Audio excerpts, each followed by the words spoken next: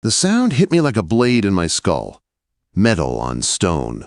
A long, grinding scream that ripped straight through the quiet of Oakhaven Estates and shook the coffee mug in my hand. I looked at the clock on the stove. 7:05 a.m. Saturday. Of course. The noise came from the house next door, the one that had been empty for 6 months, the one that had turned into a weed jungle no one wanted to talk about in the HOA group chat, the one my new neighbor had moved into 3 weeks ago. I walked to the kitchen window that looked over the shared fence line and pushed the curtain aside. My yard was how I liked it. Clean lines, deep green grass, low stone walls, soft shade trees right where they should be. My company was called Arbor and Stone for a reason. I built peaceful spaces for other people all week. My own place was supposed to be my sanctuary.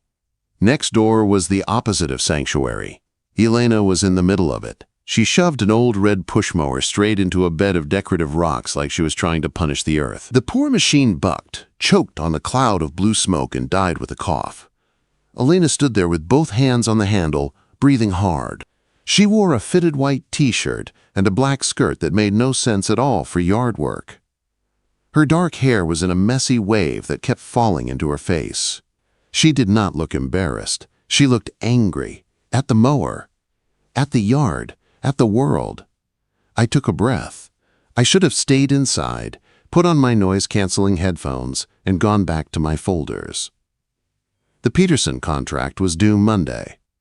I had numbers to review, designs to tweak, but the HOA inspection was Monday too. And Mrs. Gable, president of the board and professional joy killer, already hated my work truck. If Elena failed inspection, it would not just hit her.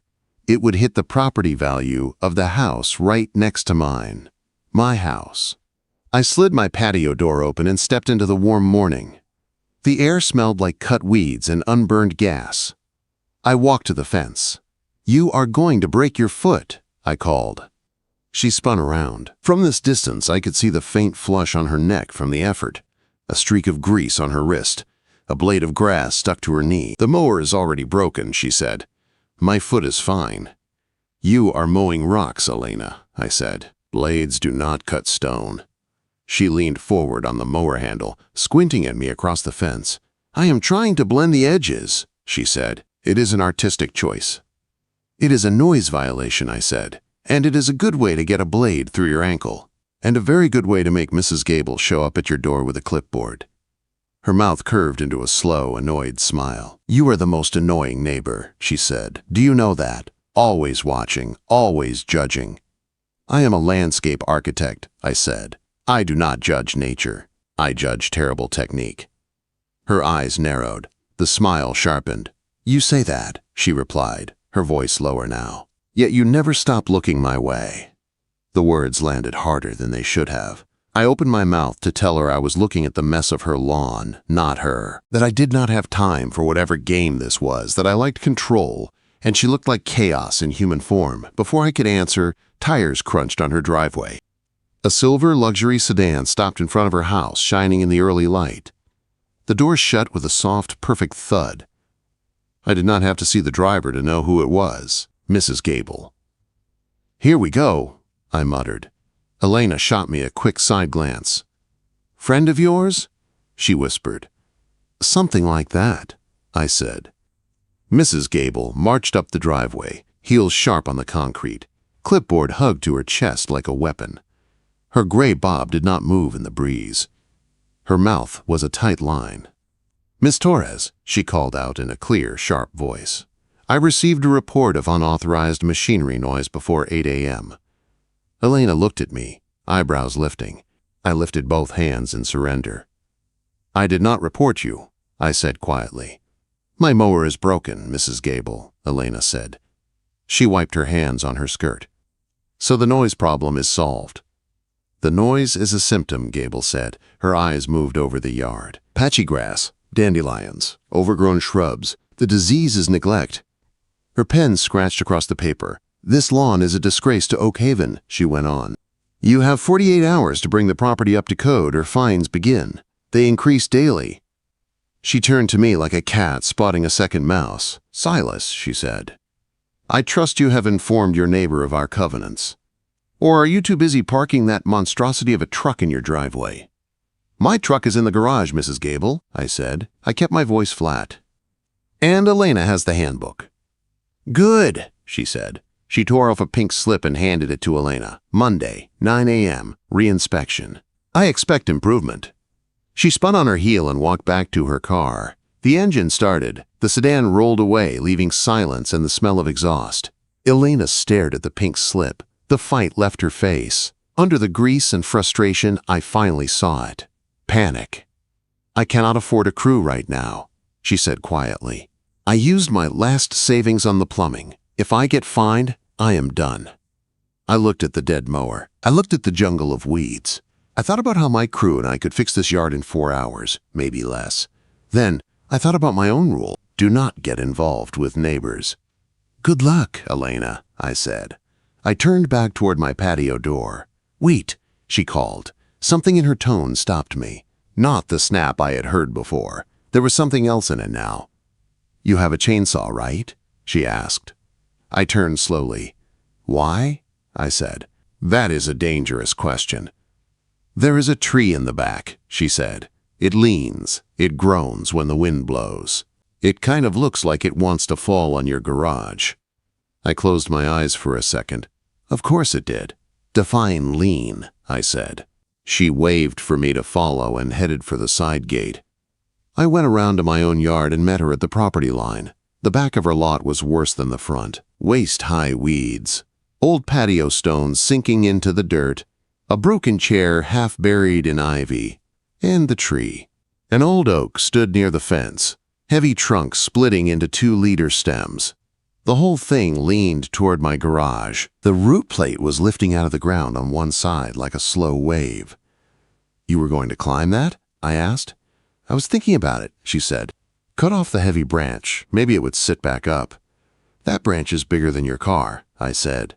It is hanging over the power line. You climb that tree and you will either break your neck or light the street on fire. I am agile, she said, folding her arms. That is not the point. I stepped closer to the trunk, placed my hand on the bark, and looked up. The wood was solid, the canopy was full, the tree was not rotten. It was just unbalanced. Most people would cut it down, I said. Charge you $3 grand and haul it away. And you? She asked. It does not need to die, I said. It needs a crown clean and a support cable in the top, so the 2 stems hold each other up instead of pulling apart. She blinked. In English, she said. It means if you touch it, you die, I said. If I fix it, it lives, and my garage does not get crushed. How much? She asked. There was that tight edge back in her voice. Market rate. About $1,200, I said. She flinched like I had hit her. I have 0, she said, unless you take payment in drawings and instant noodles. I looked at her. Really looked this time. She was not asking for a favor. She was trying to do the math. I thought of my stupid pine cone logo, the one Marcus, my foreman, mocked every week. I need a rebrand, I said. She frowned. What? My business, I said. Arbor and Stone. My logo looks like clip art. My site is a mess. You are a graphic designer. That is your job, right? Her chin lifted a little. Yes, she said. And I am very good at it. Trade, I said. I get your yard ready for Gable and brace the tree. You build me a real logo, new cards, new website header. Clean, professional, no pine cones. She stared at me. That is a lot of work, she said slowly. My hourly rate is higher than yours. It is fair, I said. For both of us. She stepped closer and held out her hand over the fence. Her palm was dirty, but her grip was strong. Deal, she said. But you have to stop looking at me like I am a chaos monster. I took her hand. It was smaller than mine and warm, even with the grease and dirt. Stop being a chaos monster, I said, and I will stop looking. I let go and turned back toward my house, already making a list in my head. Soil, seed, mulch, cable, hardware. The arrangement was supposed to be simple. Just work for work. I had no idea how fast it was going to take over every part of my life. By Sunday morning, our simple trade took over my entire weekend. I backed my trailer up to Elena's curb at 8 sharp. The same neighbors who pretended not to watch everyone else's business were suddenly outside with dogs and fake yard work. I fired up my commercial mower. The engine's deep, steady rumble was nothing like the tortured squeal from yesterday. Lena sat on her front steps with a sketchbook balanced on her knees, bare feet on the cracked concrete. "You look very serious," she called out. "I am fixing a crime scene," I answered. I moved the mower in clean lines across the yard, cutting the tall grass down to a smooth carpet. I edged the walk, carved a sharp border around the flower beds, and fed the worst patches with seed and compost. Every time I looked up, she had her pencil moving, eyes on me. "Stop moving so much," she yelled over the engine. "I am mowing," I shouted back. "Moving is part of the job." "I am trying to capture your jawline," she replied. "It is very angular. It keeps changing." I killed the engine. "You are supposed to be designing a logo," I said. "Not drawing my jaw." "I am studying my client," she said, smirking. "Your brand is Brooding Mountain Man, right?" "The brand is competent," I said. "Something you might want to try." She put a hand to her chest, like I had wounded her. "Wow," she said. "You are grumpy when you sweat." I went back to work, but I was too aware of her eyes on me. I felt the weight of her attention on my shoulders when I pushed the aerator. I could feel her watching the way I checked the sprinkler heads and reset the stones along her walkway. By noon, her yard looked like a different house. The grass was short and even. The beds were mulched. The weeds were gone. The edges were sharp instead of soft and wild. It hurt my pride, how proud I felt looking at it. I loaded the equipment and closed the trailer gate. "Silas," she called. I turned. She stood at the end of her porch steps with 2 sweating glasses of lemonade in her hands. "First payment," she said. "Hydration and sugar." I walked over and took the glass. Our fingers brushed. A small thing, but it sent a spark up my arm. "Mrs. Gable is going to hate that it looks this good," she said, looking at the lawn. "She wanted me to fail."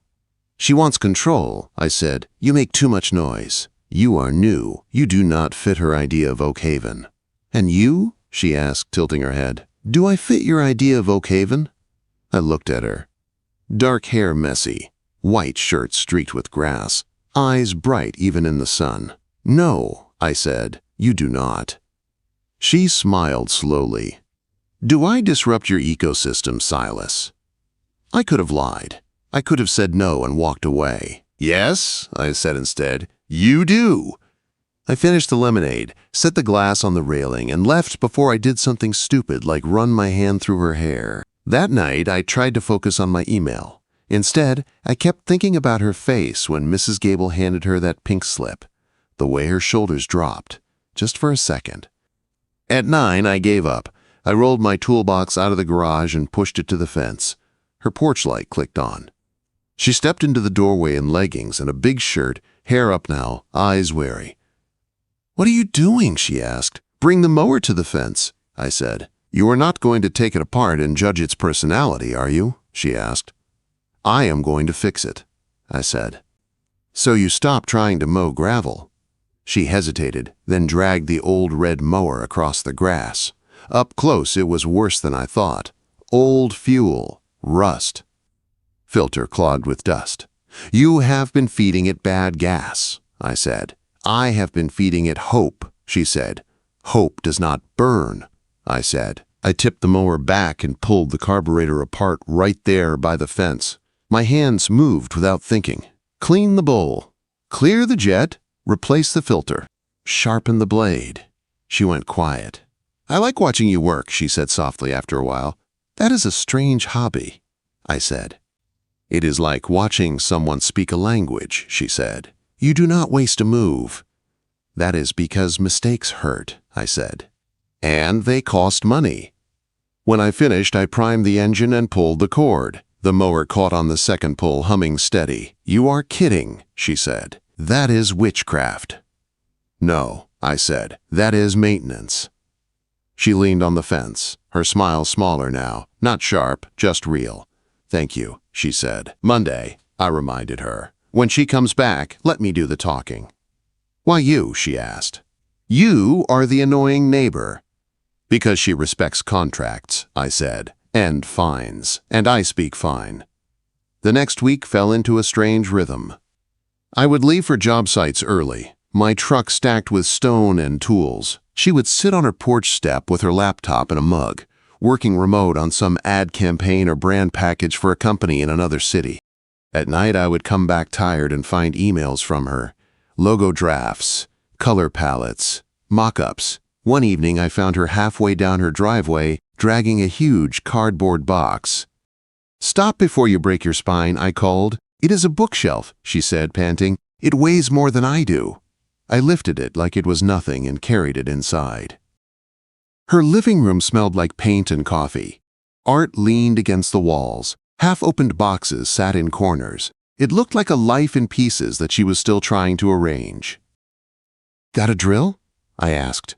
"I have a screwdriver and optimism," she said. "Not enough," I said. I went back for my impact driver and had the shelf together in 10 minutes. "You are really handy," she said quietly. "It is just leverage and torque," I said. "No," she said. "It is care." I looked at her. Her eyes were ringed with faint shadows. Her hair was pulled into a loose knot. Her shoulders sagged when she thought I was not looking. "You are tired," I said. "Big deadline," she said. "Big client. I have not slept much." "Go sleep," I said. "I will take the trash to the bins." "You do not have to," she said. "I am going that way anyway." I lied. She went down the hall. A minute later, her bedroom light went off. The house went quiet. I stood in her kitchen holding her broken-down cardboard in my hands and realized how strange it felt to be trusted to move around her space while she slept. Later that week, the forecast called for heavy rain. I knew her back patio sloped the wrong way. Water pooled there every time it stormed. I did not ask. I came home early, grabbed my shovel and a bag of gravel, and went straight to the side gate. I dug a narrow trench along the edge of her patio, lined it, filled it with rock, and tied it into the nearest drain. When I finished, my shirt was soaked through with sweat, and dirt streaked my arms. I was packing my tools when she came out, holding a mug of tea. She stopped dead. "What did you do?" she asked. "Your patio had a negative slope," I said. "Water was sitting against the foundation. I put in a drain. It will move away now." "Silas," she said. She stepped right into the mud in her sneakers like she did not care. She reached out and put her fingers on my forearm. "Thank you," she said. The words were quiet, but they hit hard. For a second, I forgot how to breathe. "It is part of the trade," I managed. "It is not," she said. We shared pizza in her kitchen the night the rebrand was finished. We sat on opposite sides of the island. A box between us. 2 paper plates. The new Arbor and Stone logo open on her laptop. It was simple. Strong letters. A clean oak icon worked into the A. Deep green and slate gray. It looked like my work felt. Solid, but calm. "This is perfect," I said. "I know," she said lightly. "We were laughing about one of Mrs. Gable's angry HOA emails when someone knocked at the door. 3 sharp knocks. Elena frowned and wiped her hands. She opened the door. A man in a cheap suit stood there. "Elena Torres?" he asked. "Yes." He handed her an envelope, thick. "Official. You have been served," he said, then walked away. My stomach dropped. She opened it slowly. Her eyes scanned the first page. All the color drained from her face. "What is it?" I asked, standing. "It is a cease and desist," she said, "and a zoning violation notice." "From who?" I asked. "From the city," she said. Her fingers shook as she turned the page, triggered by a complaint from the HOA. I took the papers from her, reading fast. My name popped up halfway down. Plate number. Dates. Times. Frequent extended presence of commercial landscaping vehicle, I read. Outside authorized service hours. I swallowed. "They think you are running a commercial yard out of your driveway," I said. "Through me." "She is using you to get to me," Elena whispered. "If this sticks, I lose the house." "If this sticks," I said, "I get a strike on my license. I lose contracts." I could lose arbor and stone. The kitchen felt smaller. "We have to stop," I said. She looked up slowly. "Stop what?" "Me coming over," I said. "The truck, the jobs. Everything casual. Until the hearing on Friday, we need distance. No one can say we are mixing business and home." "That is ridiculous," she snapped. "We can explain. You can show invoices. I can show my business license." "Reputation is everything," I said. "Half this neighborhood hires me because they trust me. If they think I cheat zoning, I am done." Her face hardened. "So that is it," she said. "You protect your business, and I stand here alone while they go through my life with a clipboard." "That is not what I said," I replied. "I am trying to protect both of us." "No," she said. "You are protecting yourself. When it gets messy, you pull back. You are just like everyone else." That landed like a punch. She turned and walked down the hall. The bedroom door clicked shut. Not a slam, a quiet, final sound. I went back home. The house was as silent and perfect as it always was. For the first time since I bought it, it felt wrong. The next 2 days, we did not talk. I saw her car leave in the morning. I saw her office light glow at night. I kept my truck in the garage, went in through the side door, and pretended not to see her blinds flicker when I pulled in. On Wednesday evening, the sky turned a deep, ugly purple. The weather alert buzzed my phone. Severe storm warning. High winds. Possible damage. I checked my windows. Checked my tools. Habit. Then I looked at the big oak down the street. The one I had warned the HOA about months ago. The one with the heavy limb over the line. The wind picked up. Branches started to sway hard. Somewhere in my chest, something heavy dropped into place. I had told myself I was staying out of it.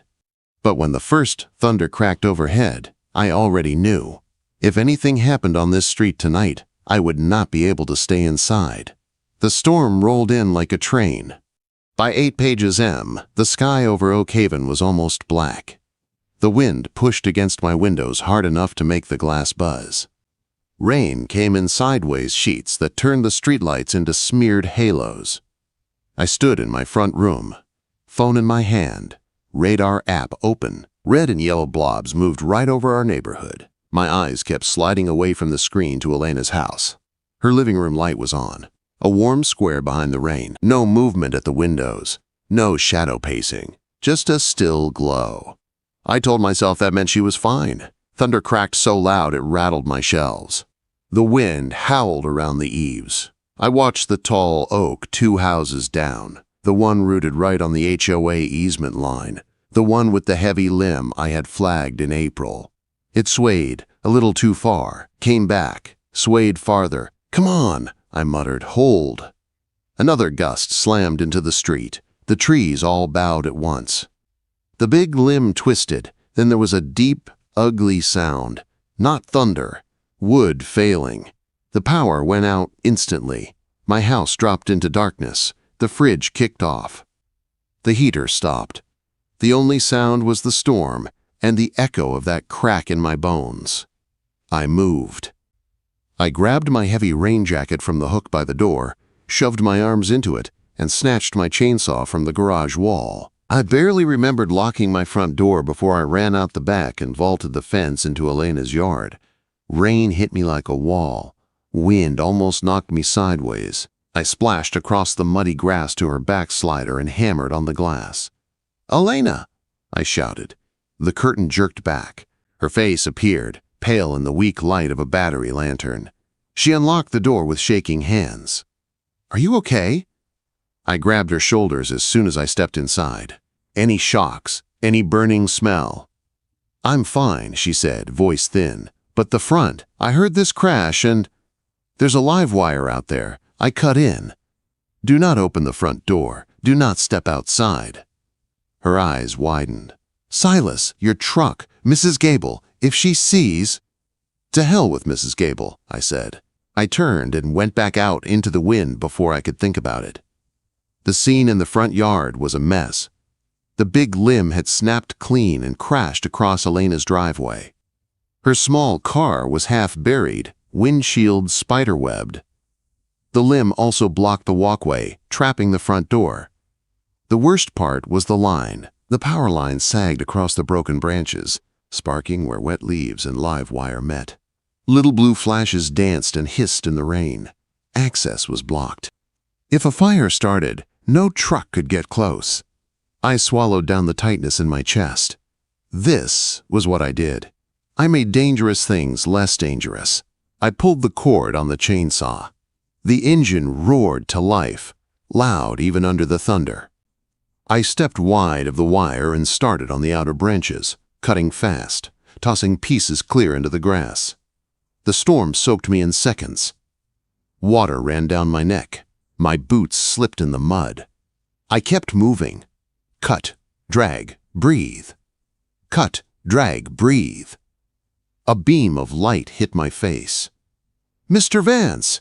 a voice called over the storm. I turned. There she was. Mrs. Gable standing on the sidewalk under a perfect black umbrella, clipboard in hand, like she was inspecting a garden party instead of a live hazard. "This is unauthorized activity," she shouted. "You are creating further risk. Step away from the property at once." I cut the saw, letting the sudden silence slam into my ears. Rain hammered the ground. The power line hissed weakly over the branches. I walked toward her, chainsaw hanging from one hand. "Male, mid-50s, 5'2", I said. My voice came out calm and cold. "There is a primary voltage line down in this yard, Mrs. Gable. I have cleared a path so the utility crew can reach it. If you take one more photo or write one more note instead of calling the power company, I will file a negligence claim against this board."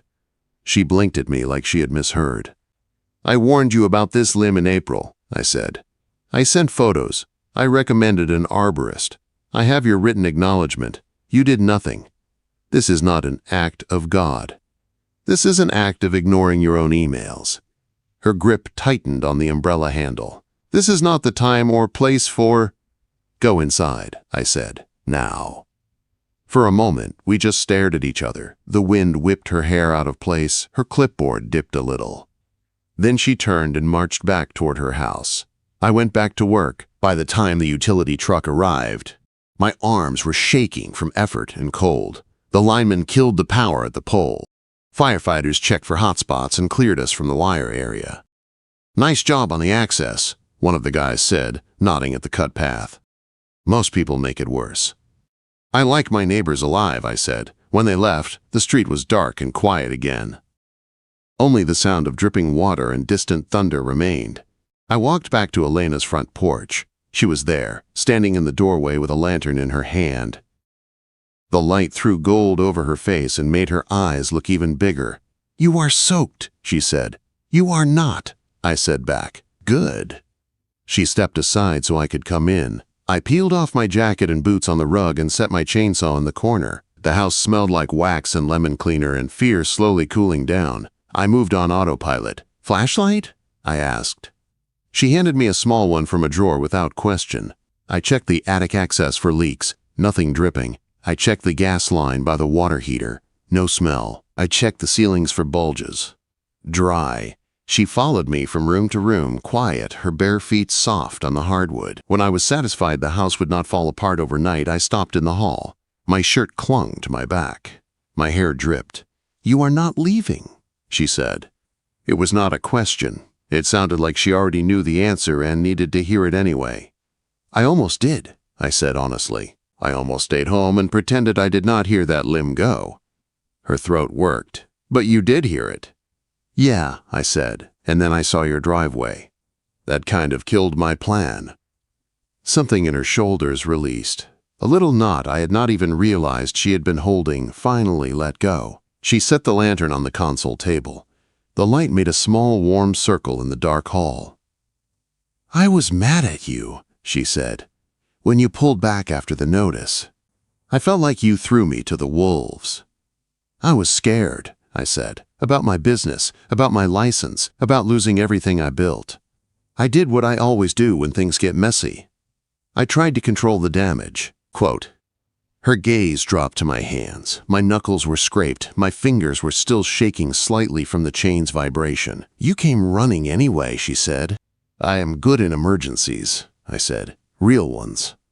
She stepped closer. Her fingers brushed my wrist. Not an accident, not a nervous twitch. Tomorrow, at the hearing, she said, they will make it about your truck again. About me, about us. Julian, from the board, will circle like a shark.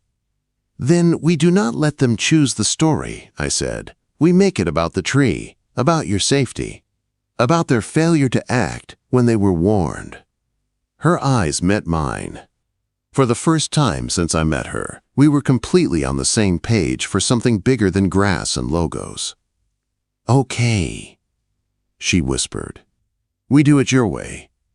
She did something then that surprised me more than the storm. She slid her hand down my arm and laced her fingers through mine. No hesitation. No half move she could pretend was a mistake.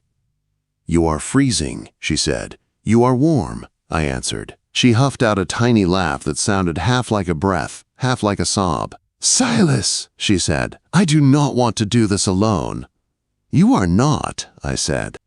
I let go of her hand only so I could bring my palm up to her jaw. Her skin was soft and cool. Her eyes searched my face wide and focused, like she was trying to read every thought in my head. This is a bad time, I said quietly. Storm. Lawsuit. Power out. It is the only true time we have had, she said back.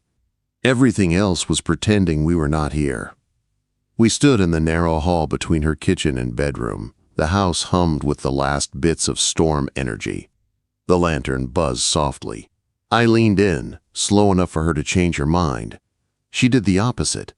She rose on her toes and met me halfway, fingers clutching my damp shirt. The kiss was not a movie kiss. It was not slow and sweet at first. It was full of relief and leftover fear, soft mouths and tight hands, and the simple shock of finally crossing a line we had been dancing around for weeks. I kept it clean. No rush, no grab that would scare either of us. Just steady pressure and the kind of promise I did not know how to say with words yet. When we pulled back, her forehead rested against my chest. I could feel her breathing, fast at first, then slowly matching mine. Coffee at 6? She murmured against my shirt. Strong, I said. Black. I know, she said. I listened. She stepped back, picked up the lantern, and nodded down the hall toward the guest room. You can take the spare bed, she said. If you leave now, the tree was an accident. If you stay, it was a choice. I am staying, I said. Good, she whispered. She disappeared into the dark, leaving a faint trail of jasmine and rain behind her. I lay awake that night staring at the ceiling of her guest room, listening to the quiet house and the distant drip of water outside. I should have been replaying the storm, planning the hearing, counting the risks. Instead, I kept seeing the way she looked at me in the hall, not like the annoying neighbor, like something else I did not have a name for yet.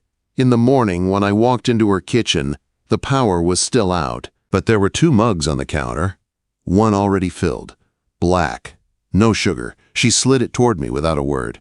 Ready? She asked. For the HOA? I said. Or for whatever this is, quote. Both, she said. I took a long swallow of the too hot coffee, let it burn a path down my throat, and nodded. Yeah, I said. Let's go make some noise. The Oakhaven Community Center always smelled like old coffee and cheap carpet. By 6:30 that evening, every folding chair was filled. Curious neighbors, bored spouses, and 3 people pretending they were only there for the cookies. The HOA board sat at the front behind long plastic tables. Name cards. Little plastic pitchers of water. Power. Mrs. Gable sat dead center, her clipboard in front of her like a judge's bench. To her right, Julian, the vice chair, with his perfect hair and tighter than necessary tie. To her left, 2 board members who looked like they would rather be anywhere else. Elena and I took seats in the second row. People turned and whispered. I heard my name. I heard, truck. I heard, violation and bad influence, and he's in her house all the time. Elena sat very straight, hands folded over a slim file. Her dark hair was smooth. Her lips were bare. No armor makeup, no statement jewelry. Just a simple black dress and that steady look in her eyes. You okay? I murmured. No, she said, "but I am ready." The meeting started with boring business, budget updates, pool filter repairs, someone's complaint about teens at the playground after dark. Then Gable cleared her throat. "Next item," she said, "zoning compliance and vehicle violations regarding Lot 14 and Lot 15. Every head turned toward us. "Mr. Vance," she said, "Ms. Torres, please step forward." We stood and walked to the front. My pulse picked up, but my feet felt steady on the cheap carpet. Gable adjusted her reading glasses. "We have documented repeated instances of a commercial landscaping truck," she read, "plate RB 882, parked in front of Ms. Torres's home during non-service hours. In addition, photographic evidence suggests the operation of a business out of a residential property in violation of Oak Haven covenants." She looked up smug. "We take these matters seriously," she said, "for the good of the community." I set my folder on the table. "Before we discuss my truck," I said, "we are going to talk about your tree." A low murmur rippled through the room. "That is not on the agenda," Julian said quickly. "We are here to discuss. We are here to discuss safety and compliance," I said. "Both words are printed at the top of that very agenda, right?" I turned my body slightly so most of the room could see my face. "In April," I continued, "I sent an email to the HOA address about the large oak on the easement by Lot 12.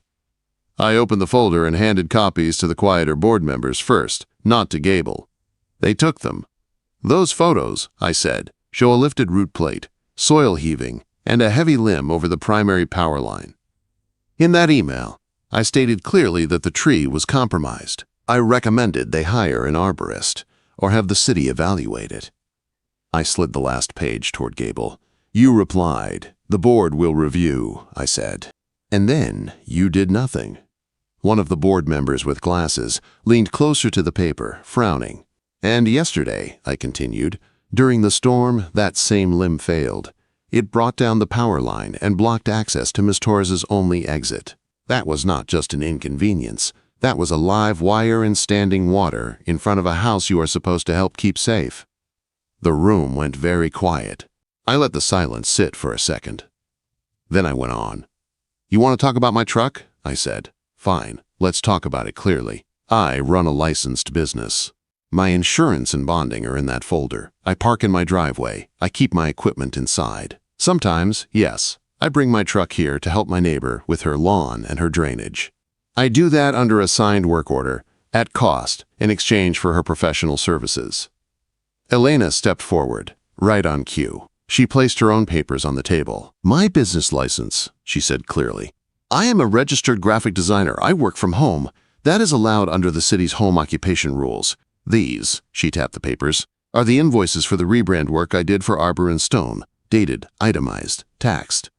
She looked at the board, not at Gable. "There is no secret depot in my yard. There is no illegal office. There is no unreported cash," she said. "There is a woman trying to hold onto her house and a neighbor who decided not to watch her fail." My chest tightened. Gable's lips thinned. "This does not change the fact that—" "It changes everything," the man with glasses interrupted. It was the first time he had spoken all night. "You sat on a documented safety hazard and then filed a complaint about the man who helped clean up the mess." "It is not that simple," Gable snapped. "It is exactly that simple," he said. "I was there yesterday. My wife almost stepped into that yard before the crew arrived. If he had not cleared that branch, we would not have been able to get the fire truck close. We're lucky nothing worse happened." Someone in the back, a woman I recognized from 3 doors down, lifted a hand. "Look, I do not love the truck," she said. "It is big. It is loud at 6 in the morning sometimes. But I also like that when my maple split last winter, Silas came over and helped me tarp it so it did not crush my porch. He did not send an invoice. He did not call the city on me. He just showed up." Murmurs of agreement moved through the room. Stories. "Yeah," another neighbor said. "When our dog got loose, he helped my kids look for him in the rain. Did not even know our names yet. He edged my sidewalk for free after he finished the house up the hill. Someone else added, said it, looked wrong, and he could not leave it like that. Heat climbed the back of my neck. I did not like being watched. I did not like being talked about. But for the first time in days, it did not feel like a trial. It felt like a tally. Gable's jaw clenched. "Regardless of personal feelings," she said, "the rules about commercial vehicles are clear. We cannot." I slid one last sheet of paper toward her. "This is from the city zoning office," I said. "I requested clarification this morning. A single commercial vehicle, under 10,000 pounds, used by a resident for work, is allowed to be parked in a driveway as long as it is registered and insured. Mine is both. I highlighted the line for you." She scanned the page. Her face went pink. "And," I added, "if the board wishes to escalate, I will happily attach that same clarification to the negligence complaint I file with your insurer about the oak." Her eyes snapped up. "You wouldn't?" "I would," I said calmly, "because unlike that tree, you have been warned twice now." Silence dropped again, heavy, final. The man with glasses cleared his throat. "I move that we withdraw the zoning complaint against Miss Torres and the vehicle violation against Mr. Vance," he said. "I second," the other quiet board member said before Gable could speak. "All in favor?" he asked. Hands went up around the table. Gable's did not. "Opposed?" he tried. Only hers stayed in her lap. "The motion carries," he said. "Complaints withdrawn."